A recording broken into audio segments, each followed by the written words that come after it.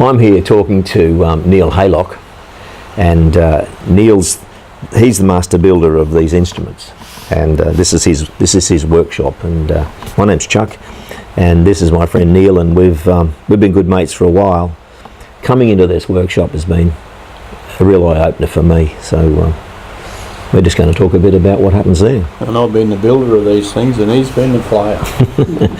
And he plays them really good. It's a bit of a joy. And I get a joy out of it, watching and listening to Chuck make sweet music out of my built guitars. So. Well, I feel kind of chuffed because you bring them down to me, and I break them in for you, because when they come out, they're raw, and just get rid of those raw edges and sweeten them up, and it's a bit of a privilege, so. Yeah.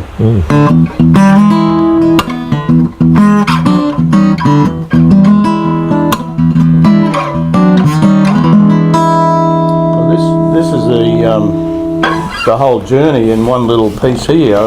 It is, isn't it? From the diagram to this. Designing of the guitar, which took me 2 years to make notes while I was doing repairs and setups, to come to the stage where I knew exactly what I wanted to build, and then the other extreme is the end result. Yeah. And the journey so far has been 7 years. And to produce my first guitar, it took me 18 months to set up this workshop that you can see some of it around me. And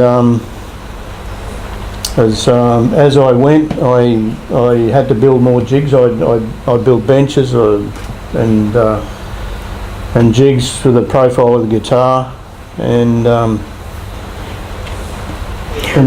as I went, I realised I needed to build more jigs in the process as I went. So it took me 18 months to set the workshop up and produce my first guitar. I remember you coming down to my place with the first rough out of the headstock.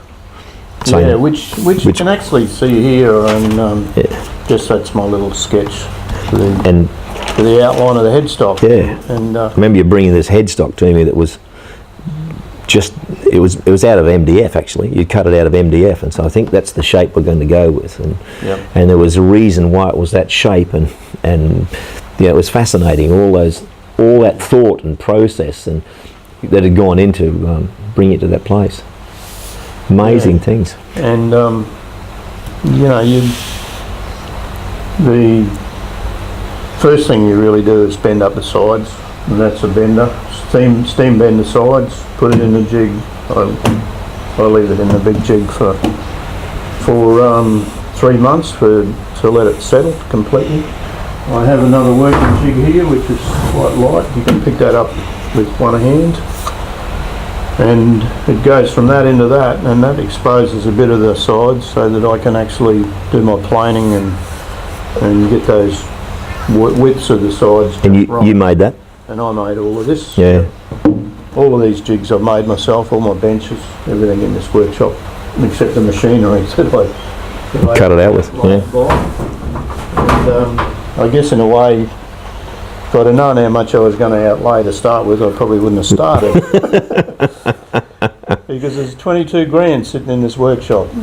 Just in outlay. And inside the house I have about $10,000 worth of timber for future guitars. It's a great expense. And but you have to do something in your life, and the journey is great, and you walk. I've walked with God right through this. Tell us about that. Some of the journey of.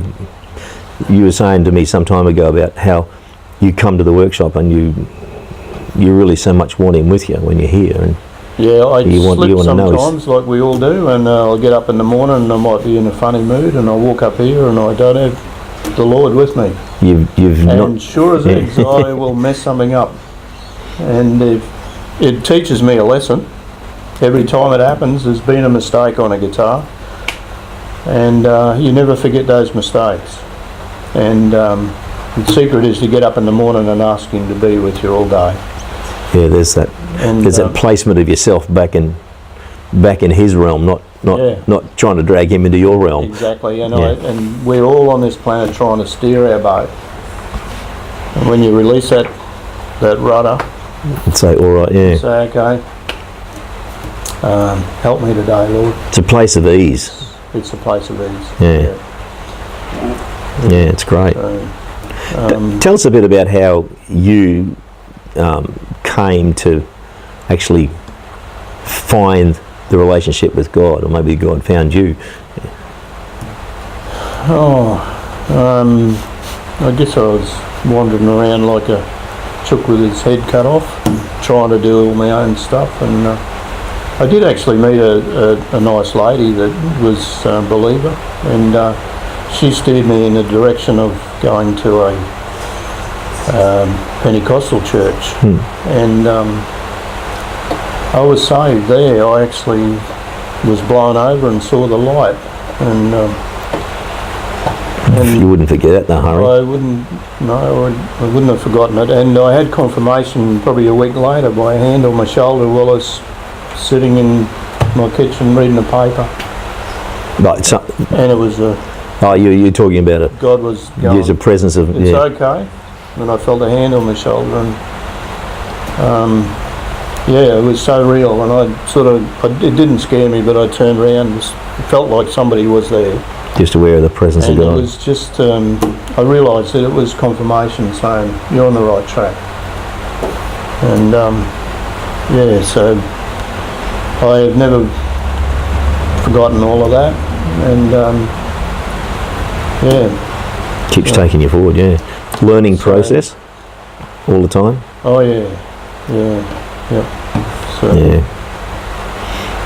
Like, it's been a joy for me to see, not just play the instruments, but to see the process that you go through to do that, and see all the parallels of what you're doing with this wood it's incredible to bring it to this. I just, I'm the master of this, Yeah, and God's the master of us. of us, and what he does to shape us. And the parallels of the whole thing has been remarkable. You see those, and of course once you see one, you see it in other facets of what goes on. You begin to see it everywhere in life, all those amazing things that we go through. Everywhere. This is the beloved campfire basher, this one.